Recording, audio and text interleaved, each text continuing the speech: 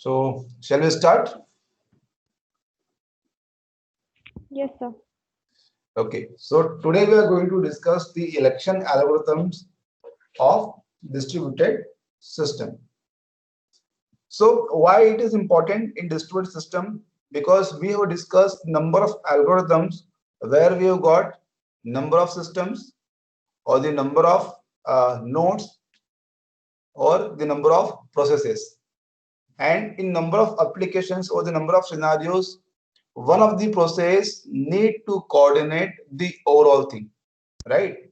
Now the question is how we are choosing that process, that particular process, that this process will coordinate the overall process or the overall thing.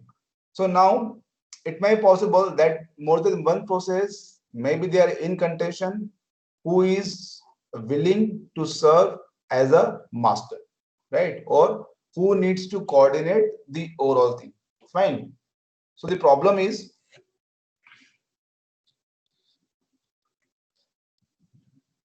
we may have number of nodes or the number of processes, for example, 1, 2, 3, 4. We have got 4 processes, and we need to choose one of them as a master who is going to coordinate the overall thing. But it may be possible that the process P1 is also willing to become the coordinator or the master, and let's say the process P2 is also willing to serve as a master or the coordinator. So which one should be chosen?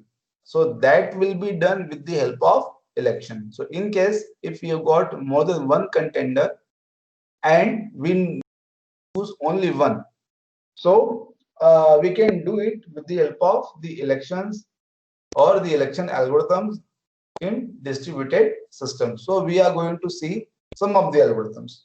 Okay.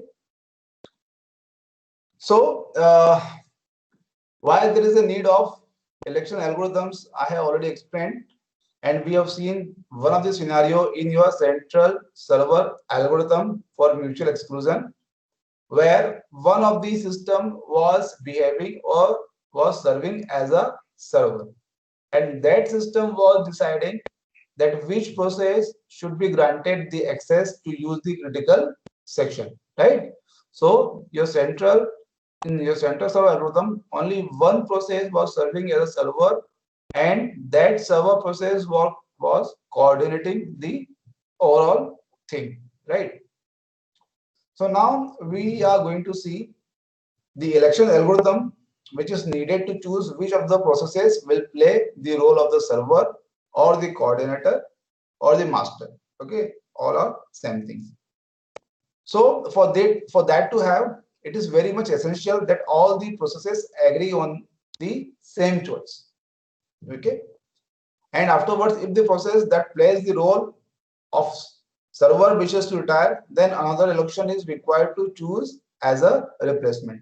So it may be possible that the process which was serving as a master or as a coordinator or as a server, and that server or the coordinator process is no longer wishes to serve its job.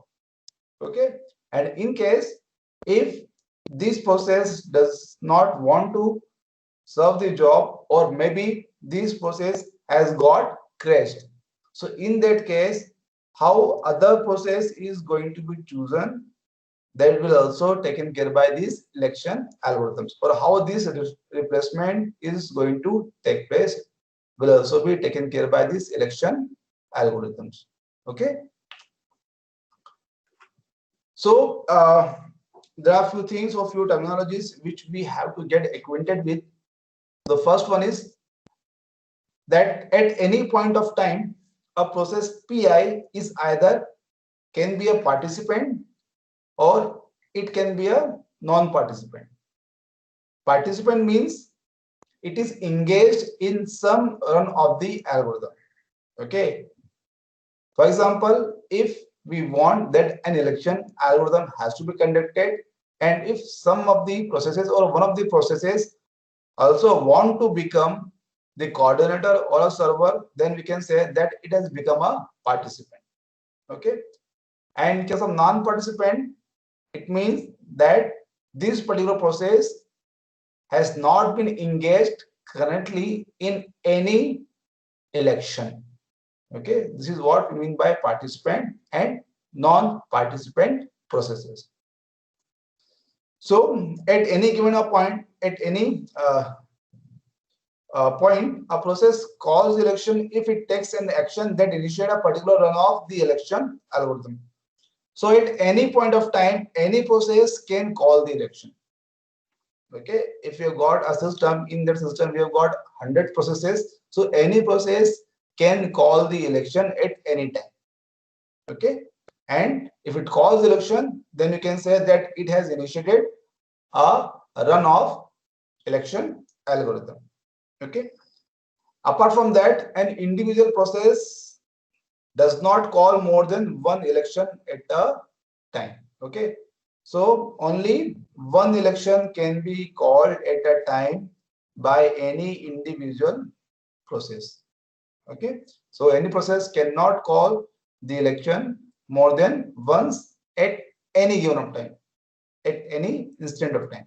Okay, so if you got n processes, then you can say that n concurrent elections can be started.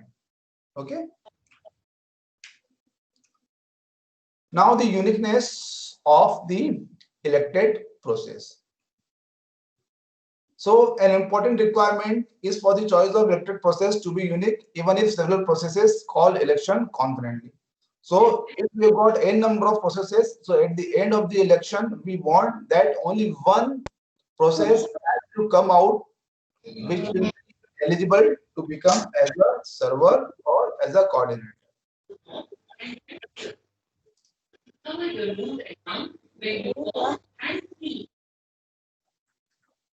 Okay. So, for example, two or more processes could decide independently that a coordinator process has failed and both call election. But at the end of this run, only one of them will become the coordinator. Okay. Without loss of generality, we require that the elected process be chosen as the one with the largest identifier. Now, the problem is if in case more than one process has started the election algorithm, so which one has to be chosen? That can be done by some of the parameters. For example, in this case, we can have, or we can say that the process with the largest identifier can be chosen as a coordinator. Okay. And more specifically, or more, if we just want to go with a more meaningful way, then we can say that the load of the process can be taken into consideration to decide that which process should be elected as a coordinator. So of course, whichever process has got the less load should be chosen as the coordinator. Okay, because that process will be able to handle the overall communication more efficiently, right? So this particular pair can be used, which is 1 by the load of the process, comma, its process identifier. Okay, so less is the load, the more will be this particular number. Fine. So whoever process has got more value for this parameter will be having more chances to be elected as a coordinator, right? And in case if there is a draw in between any processes, then this process identifier can be used to elect one of them.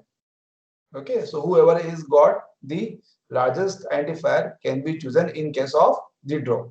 Okay, in draw of this parameter. Fine. So this is how we can elect any process. Now the requirements of the algorithm. So basically there are two requirements. The first one is safety and the other one is liveness. So safety means at the end of the run, either a process has to be elected as a null or we should come up with the processor identifier. So you can say we are going to have a variable associated with all the processes and that variable is elected, and it should contain a value either null or the identifier of a process who have been elected as a coordinator. Okay, so this will meet your first requirement, which is safety. And liveness, after having all this process, again we should be having this one, means the elected process should not be null. If we have gone through one election process, then at the end of that election process we must come up with the process identifier. This is what we mean by liveness. Okay, so the algorithm must meet these two requirements, which is safety and liveness.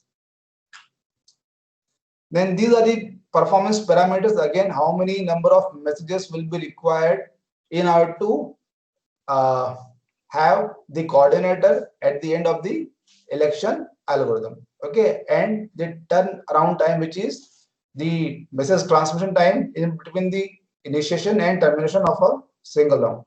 So basically this will be the measure one which we are going to use to measure the performance of any election algorithm. Now we are going to see the first algorithm for the election, which is the ring-based election algorithm. And this election algorithm was proposed by Cheng and Roberts in 1979. And in this algorithm, again, all the processes have been arranged in a logical ring. So we can see that there are few number of processes, and all those processes have been arranged in a logical ring. Now each process has got a communication channel to the next process in the ring. Okay, so as we have seen in the earlier classes, cases of distributed mutual exclusion, that this sort of arrangement has been discussed. Okay, and one of the algorithm for distributed mutual exclusion have been studied. So similarly, again, number of processes have been arranged in a logical rings, and each process has got a communication channel to the next process. Okay, and in this arrangement all the messages are being sent in a clockwise direction. Fine. And this time we are assuming that no failures occur and the system is asynchronous, means there is no time limit. Okay, and the goal is to elect a single process called the coordinator, which is the process with the largest identifier, and we have discussed this one. So at the end we must have to come up with a single process, and that single process we are assuming will be the one with the largest identifier. Now starting an election. Okay, so initially every process is marked as a non-participant in the election. So no matter how many number of processes we have got, so initially all the processes will be marked as a non-participant in the election. Then any process can begin an election. It is not necessary that only some specific process will start the election, or the processes which have been elected earlier as a coordinator only can start the election, or the process with the largest identifier can start the election, since all the processes do not have any sort of information regarding the other one. So any process can start the election, and the moment they start the election, they are going to mark themselves as a participant. Fine. Then placing its identifier in an election message. So after marking themselves as a participant, they are going to pass a message, and that message will contain its identifier or the identifier.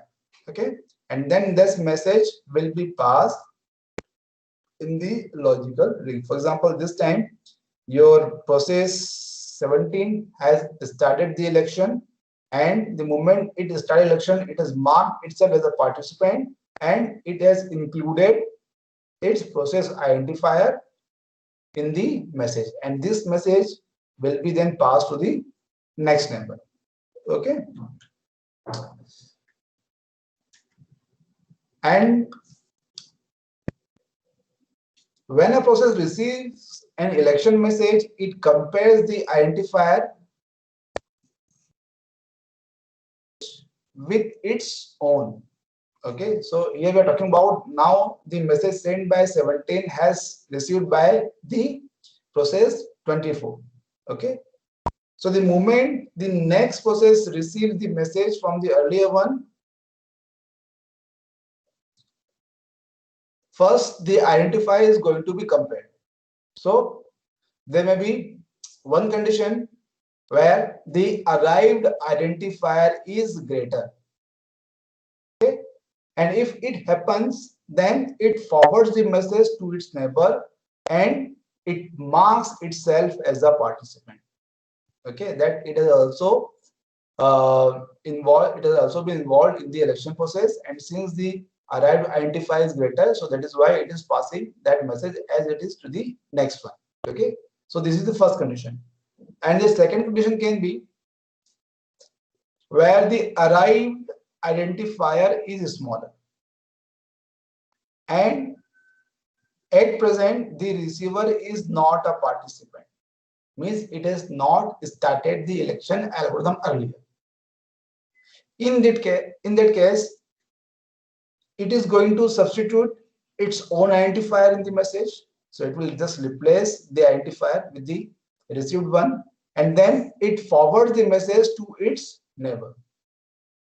Okay, after doing that replacement, what it is going to do, it is going to forward the message to its neighbor, and then it will mark itself as a participant.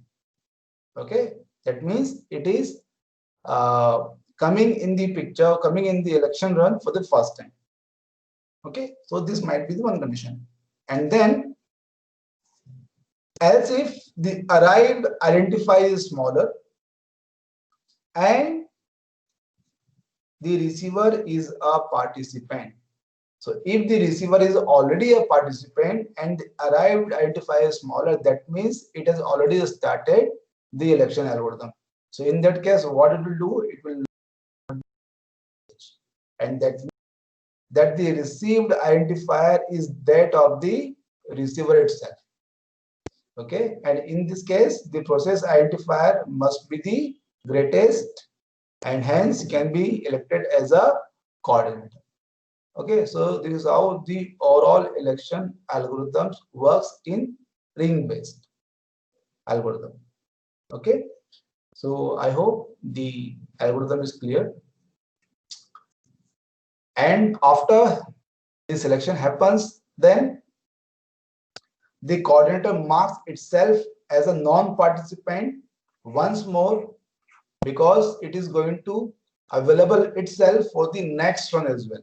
Okay, this run has been completed, and in order to available for the next run again, it makes itself as a non-participant, and thereafter it sends an elected message to its neighbor announcing its election and imposing its identity.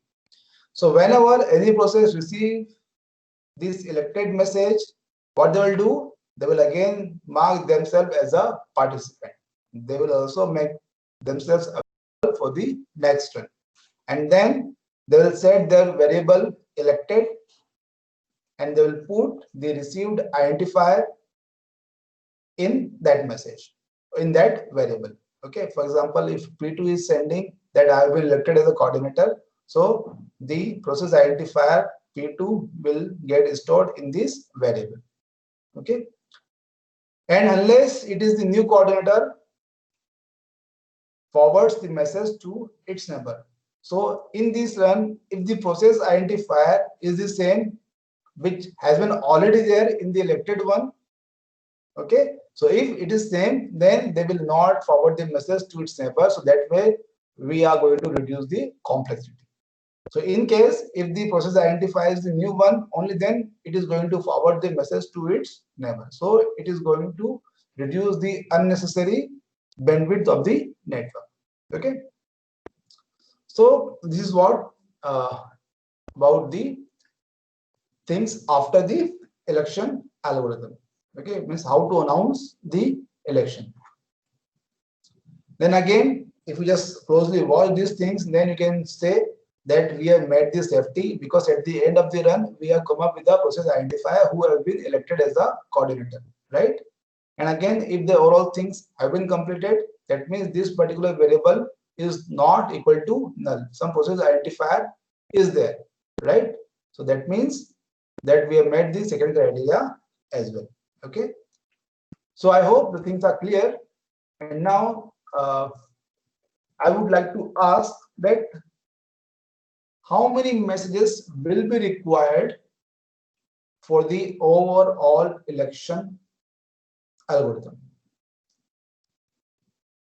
Students, please.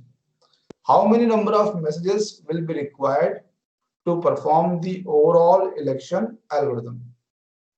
I'm expecting the answer.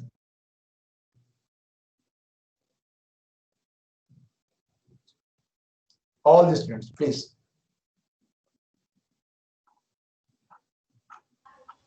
Hello, sir. Hello, Yeah. sir. Yeah. So n messages will be required for initial means the process which initiates the election, and then till it receives, so n process will be required, and once it has been elected as a coordinator, it will send it to the others, so that it has I mean, as an acknowledgement that that process has been identified, means selected as a coordinator, then others processes will also update that. So I believe n plus n 2n will be required. Okay, good. Any other answers?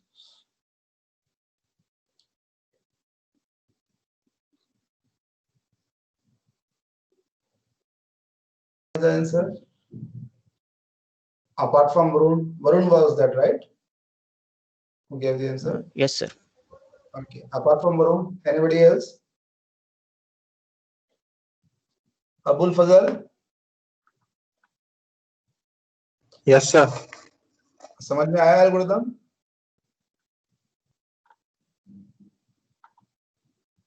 Have you understood the algorithm which I have just discussed? पूरा नहीं है sir. पूरा नहीं आया तो मैंने पूछा था ना बीच में, कोई समझ में नहीं आया तो पूछ लो. क्या समझ में नहीं आया था उसमें?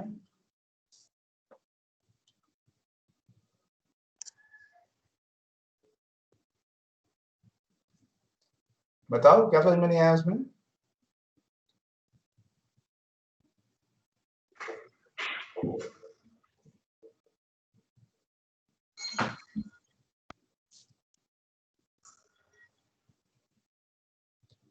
अरे कुछ तो बताना पड़ेगा ना, तभी तो बता पाऊंगा मैं, तभी तो आपको हेल्प कर पाऊंगा ना. कुछ बताओगे क्या समझ में नहीं आया, आपकी हेल्प कर पाऊंगा. Harshit, roll number 29.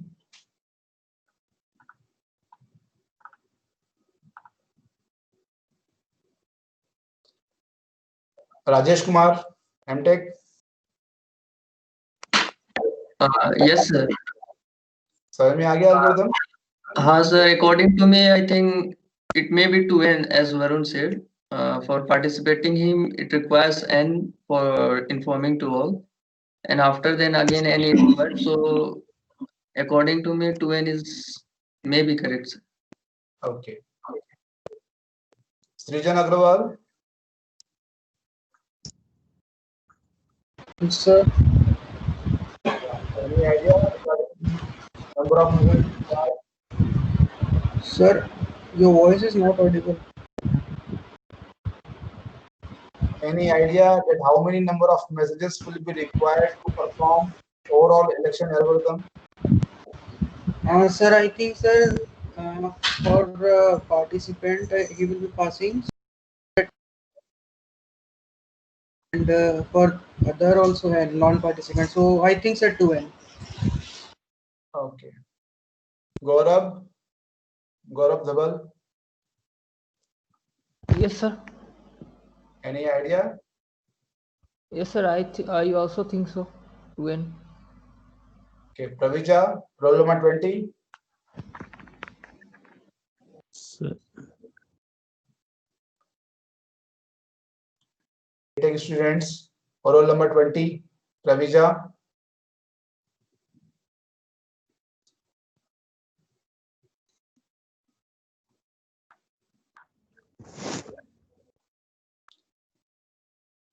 Okay. Others? N01, Sir, it's 2N 2N. Okay. for electing the left members. As in clockwise direction we are moving now. Okay. Roll number 33.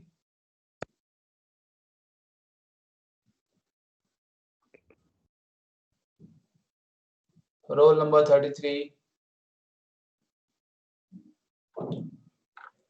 Okay, fine. Okay, so let us see once again. If this is the case, then this is going to be the complexity. It is 3n minus 1 number of messages. And now let's see how this figure is coming. So first, in the worst case, it may be possible that if only a single process starts an election, then in the worst case, its anti-clockwise neighbor has got the largest identifier, right? So in that case, a total n minus 1 number of messages will be required to reach its neighbor. Okay, and the moment that message reaches to its neighbor, then that neighbor realizes that I have got the largest identifier. And it may be possible that that neighbor then initiate the algorithm, one more algorithm, where it is going to pass that message to all the neighbors. Okay, so in the first run, n minus 1 number of messages will be required, where it reaches to its neighbor, which is present in the anti-clockwise direction. Okay, just one place before. And this neighbor will then not announce its selection until its identifier has completed another circuit taking further n number of messages. Okay, so this will become n minus 1 plus n, and then the moment that process has been elected as a coordinator, then it will announce its election, and it will further takes n more number of messages. So this will become n minus 1 plus n plus n. So in total, it will become 3n minus 1. Okay, n minus 1 just to reach its neighbor who is just sitting in the just anti-clockwise direction with the largest identifier. Then n number of messages to reach again to itself, and then n number of messages where it is announcing its selection to all. Okay, so in total 3n minus 1 number of messages will be required. Am I clear to all of you? Sir, please explain. Sir, n minus 1 messages. I don't understand how n minus 1 message is required. Okay. So let us see in this diagram. Let's say this particular process has started the election. Okay, and this started the election, and the number of messages required to reach this one, if these are n number of processes in total, then this message, the first message will reach, this many number of messages will be required to reach this one, right? Yes, n sir. minus 1, these are total Yes. n numbers. Yeah. Then the moment that message reaches to this process, then this process realizes that someone has announced the election process and they are in the need of electing the coordinator. Then the moment this process realized that I have got the largest identifier and I am also interested to become a coordinator and my process identifier is also large. So what Yes, this process has done, that it has decided that now I also want to become a coordinator. Okay, so the received message has been handled by this one, and what this process has done, it has just replaced its own identifier in the received message, and then it has also announced a fresh election. Okay, so this fresh election will again take a circle and will take n number of messages to make sure that it has only the largest identifier. Okay, we will not announce the election until unless whoever is calling the election has got its message back. Okay, this is what we were telling in this, that if the arrived identify a smaller equal and the receiver is a participant. So in this case, it is a participant since it has received its message. Okay, so this will take n number of messages, and then we have to announce the election as well. Since it has received its identifier with a full circle, now it is going to announce that I have been elected as a coordinator. So this will again take n number of messages. So this will be in total be then 3n minus 1. Is it clear now, Harsh? Yes, sir. Clear. Okay. So Fazal, you just need to see that either process can be participant or a non-participant. Okay. So if the arrived identifier is greater, then the receiving process is in not a position to decide whether it can be a coordinator or not. So it can just forward the message to its neighbor. And also whoever has got the largest identifier has got the more opportunity, or you can say is more strong, or has got the more contention to become the coordinator. Okay. And if in case the arrived identifier is smaller and the receiver is not a participant, in that case it is going to substitute its own identifier in the message, and then it will forward the message to its neighbor. Okay. And if the arrived identifier is smaller and the receiver is participant, that means the message has traveled the whole circle and have again come to the same process. Okay. And if then happens, then in that case, the received identifier is going to announce itself as a coordinator. Okay, so this is what is being happening in this election algorithm. So I hope the things are clear now. Any doubt still? No, sir. Okay.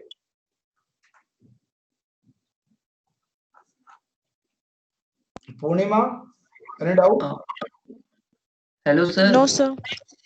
Yeah. Sir, is like any direction matters in this, like, sir, any messages or anything? Yeah, since in the last class as well, we have stated that it is up to you that which direction you are choosing. So first we need to assume that which direction we are choosing. So in this case, we are choosing that the process can only communicate in a clockwise direction. Okay, the message can only be sent in a clockwise direction. Okay. Okay, sir. Purnima? the things Yes, are clear? sir. Okay, Yes, Ankita, sir. Sharad? Yes, sir. Okay. And Manoj and one more person who has got their first class today only.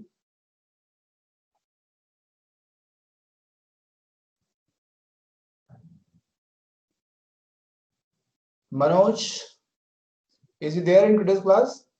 No? Okay. Okay, fine. So I'll assume that things are clear. Now we are going to see one more algorithm, which is called as the Bully's algorithm, and this has been proposed by Gracia and Molina in 1982. And over here, this algorithm assumes that a process can be crashed anytime during the election. Okay, so this time we are assuming that a process can be failed. If you remember, if you recall that in earlier algorithms, we were assuming that the process cannot be failed. The message delivery is reliable, or you can say that the message can be delivered in a finite time. But in this algorithm, we are assuming that the processes can be crashed or they can get failed. Right? However, the message delivery between the processes reliable. So if any process is sending any message to any other processes, so those messages are going to get delivered. And over here, we are assuming one more important assumption, which is our system is going to be synchronous. It means this time we are going to use timeouts to detect any process failure.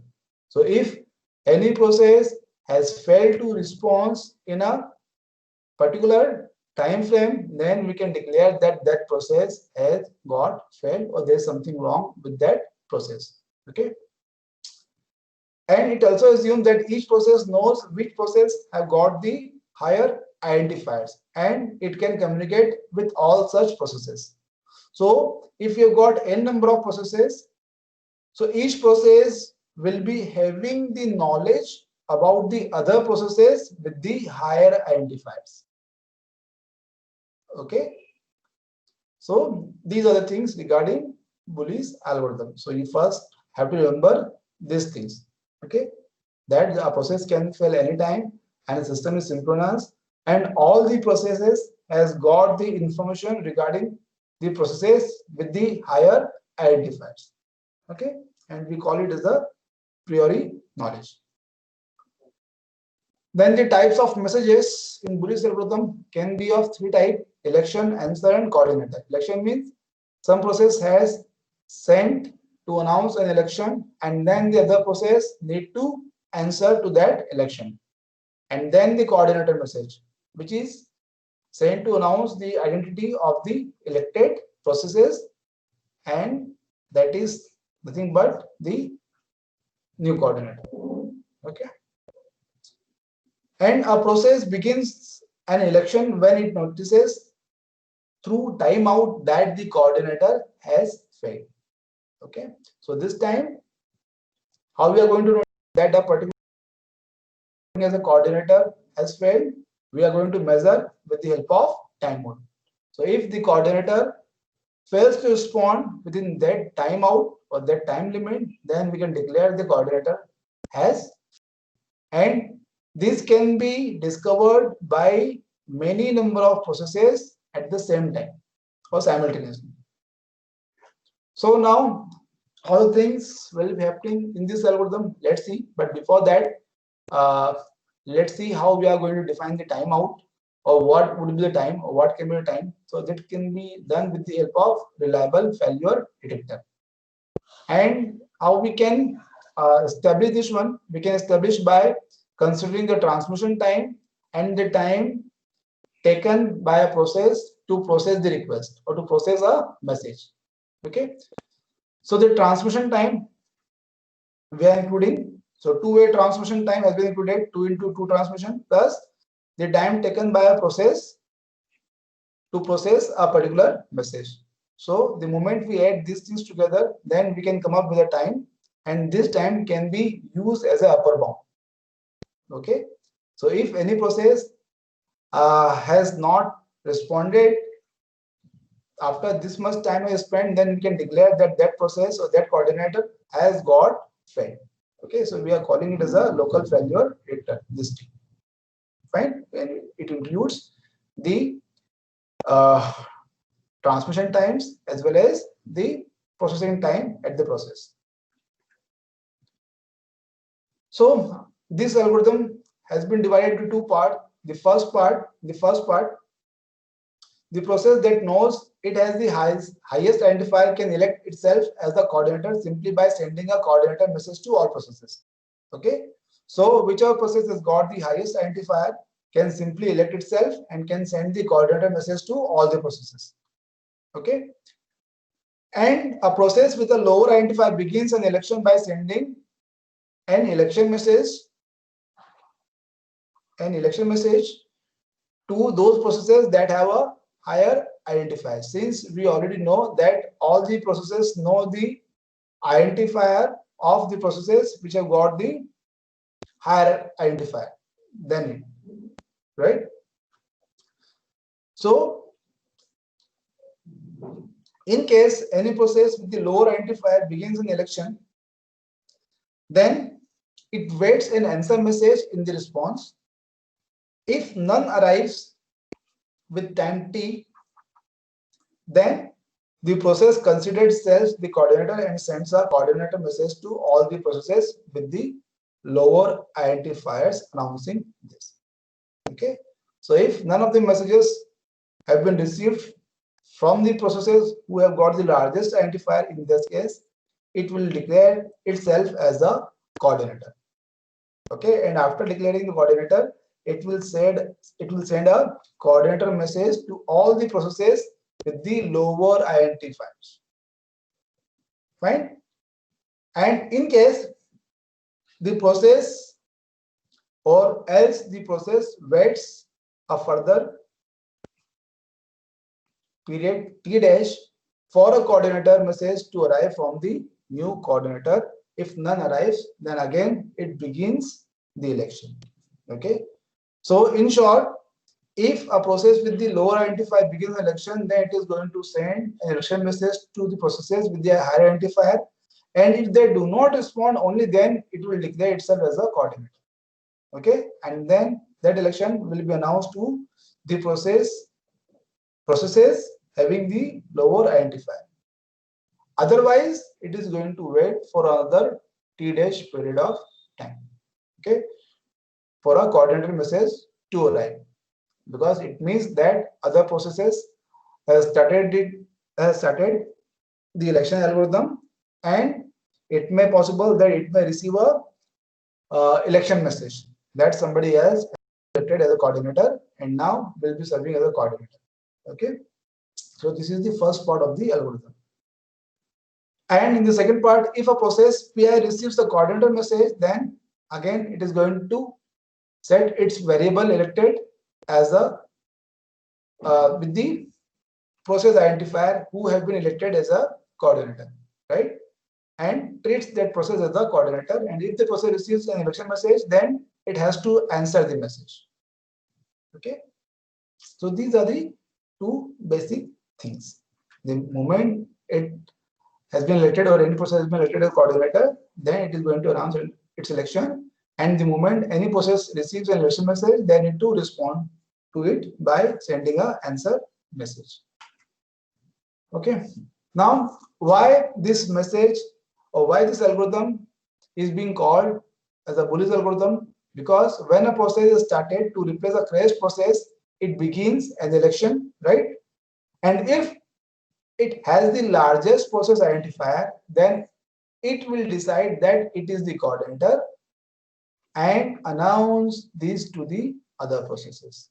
Okay, in the first step itself, we have seen that if there are n number of processes and a process with the largest identifier automatically announce itself as a coordinator in the first place itself, then will announce its election to the rest of the processes, right? So thus it will become the coordinator even though the current coordinator is functioning.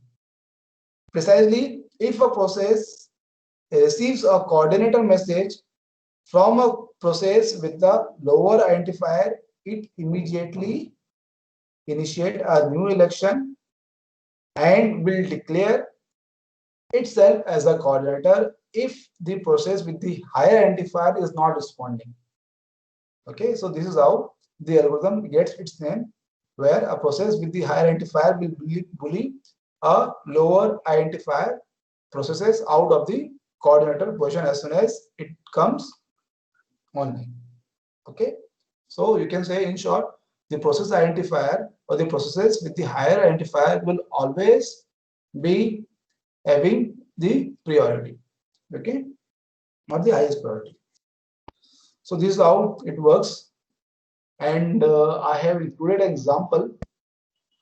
For example, these are the processes P1, P2, P3, and P4, and the things are going to be measured with the process identifier. Okay, so for example, P4 is the most suitable candidate to become the coordinator as per, because it has got the largest identifier. Okay, and if we are considering P1, P2, and P3 only, then P3 is the contender or the most suitable contender. If you talk about P1 and P2 only, then P2 is the most suitable contender.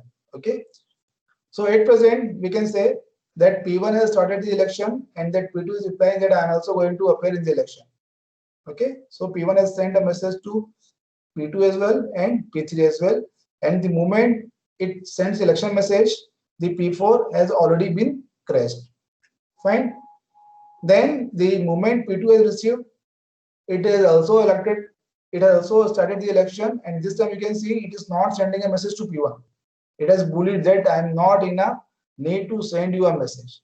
Okay, it will directly send the election message to the processes with the largest identifiers. So it is sending a message to P3 and P4, right?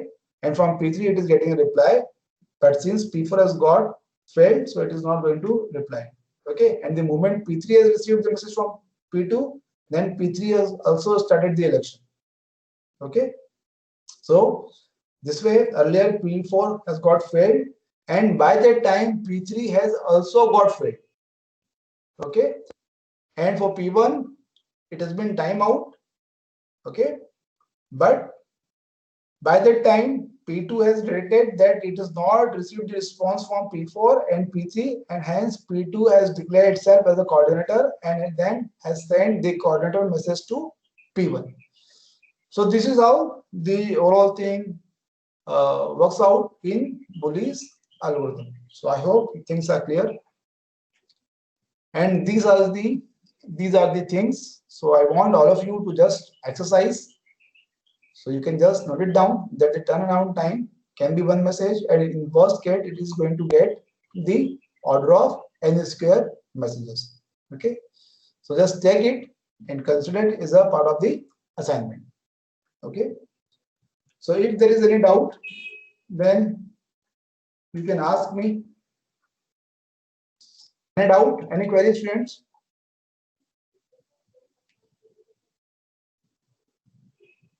No, sir.